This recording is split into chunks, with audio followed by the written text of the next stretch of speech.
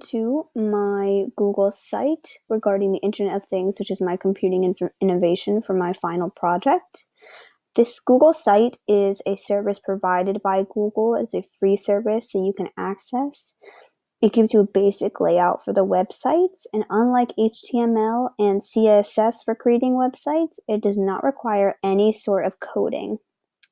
So this right here is my animation that I created. This animation was created on a GIF creator, an online free service.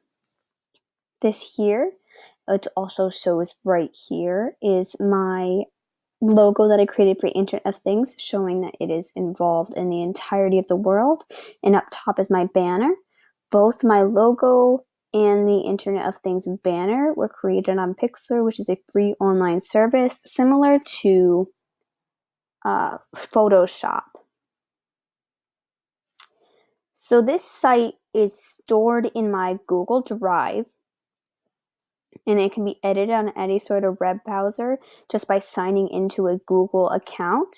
You can add links, photos, videos, and more. You can personalize it with your own logos and banners. And you can access this just through a link that you provide, that you create when you publish the site. As you can see, mine is HTTPS, and I put Sharma-Mathias -IoT Internet of Things. So, the purpose of the Internet of Things is to connect the multiple devices to make it easier and more convenient for people to use. One such example would be a smart house. If you have a Nest temperature creator in your home, it basically connects your heating system or AC system to your thermostat. If you have a smart house, that it would be another example, as you can see here. Or this app right here is a laundry app. I provided in this example as well. It's just a laundry app that connects the laundry room to students' phones so that they can tell when their laundry is done. They don't have to keep going down and checking on it and stuff like that. Here we have the effects and impacts, which also includes my video that was created in a previous assignment. And I will allow that to play now.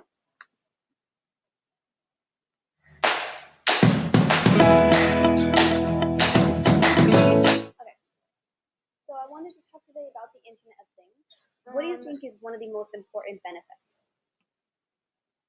Well, the Internet of Things allows for everything to be connected. So I imagine having everything so able to communicate with one another through that connectivity is definitely something that's beneficial. Connect to different things throughout the Internet. Okay, and what is the threat? The security of it all, having everything able to access every bit of your data, having everything in the Internet of Things allows for all of those connected things to be able to access your data. So that would definitely cause some security. Oh, it'll actually register those spaces as part of it. That's weird. Oh, coding. Can you go into a little bit more depth? What are you using to code? Python. So basically in that video, I just spoke to Kyle, who is a first-year computer science major at Boston College, about what he thinks of the benefits and threats of the Internet of Things. And as you can see here, I have a link to my survey where I collected data. So as Kyle explained, there is a benefit to the Internet of Things, but one of the major benefits that I noticed is that there is a cost reduction. If you have one device that does multiple things instead of multiple devices that do one thing, you are therefore saving money, which is great for businesses. An impact the innovation has had on society, economy, and or culture. Basically, the Internet of Things has been referred to as a revolution in the technological world. It has changed the way in which devices have interconnected and how they interact with each other and how we as a society go through our everyday lives. So another field other than computer science that has been affected by the Internet of Things is the medical field. So as you can see in this graph, it just shows you how the Internet of Things has had an impact and how it is going to continue having an impact in the medical field and healthcare market. You can see the software and systems has been increasing, services has been increasing, and especially medical devices have been increasing, and it's expected to continue increasing for the next few years. The use of it is very important, and the money that goes on into it is getting higher and higher. Basically, just connectivity between possibly nurses, doctors, and patients to make sure that they're all in the best place.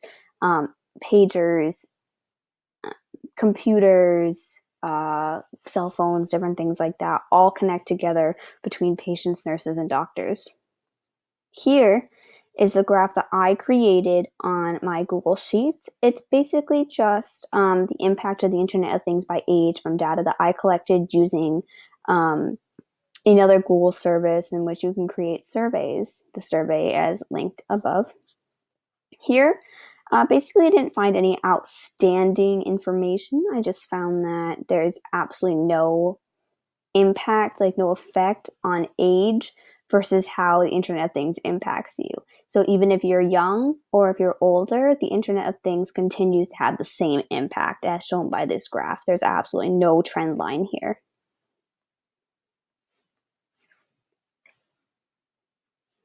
So in regards to how a user interacts with the innovation, it really depends on the device. So usually the user inputs what it wants the device to do, and then the output is that result, what they want them to do. If you put in that you would like to order a cab on your phone, what's going to happen is a cab is going to come to you. Again, it depends on what device you are using.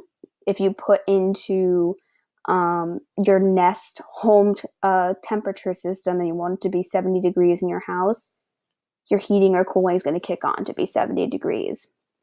So basically, it's just user puts in the input, what they want to happen, and output is that result. So the big idea that I focused on is abstraction. It's basically just within programming and computer science, abstraction is just hiding basically all the hard work and focusing on the output. So that's very specific to the Internet of Things, where the user just puts in what they want and they get it. All the information, all the coding, all the systems that go behind that are hidden from the user and sometimes from the output, depending on if the output is a human as well. So abstraction is a huge, huge part of the Internet of Things. Just how it consumes data, you just put in the input is usually just what the user wants, and then the output is that result, as I said before.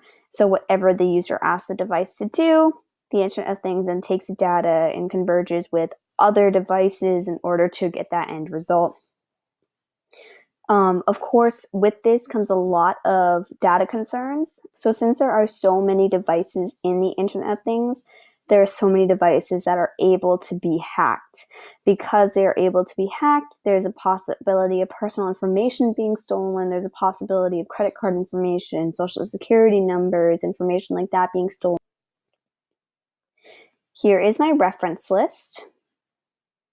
I would say that the most important reference that I had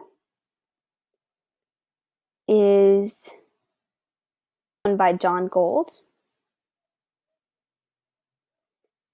It's basically just a website that shows me what the Internet of Things is and how it works and what are the implications and what sort of things can you use the Internet of Things in.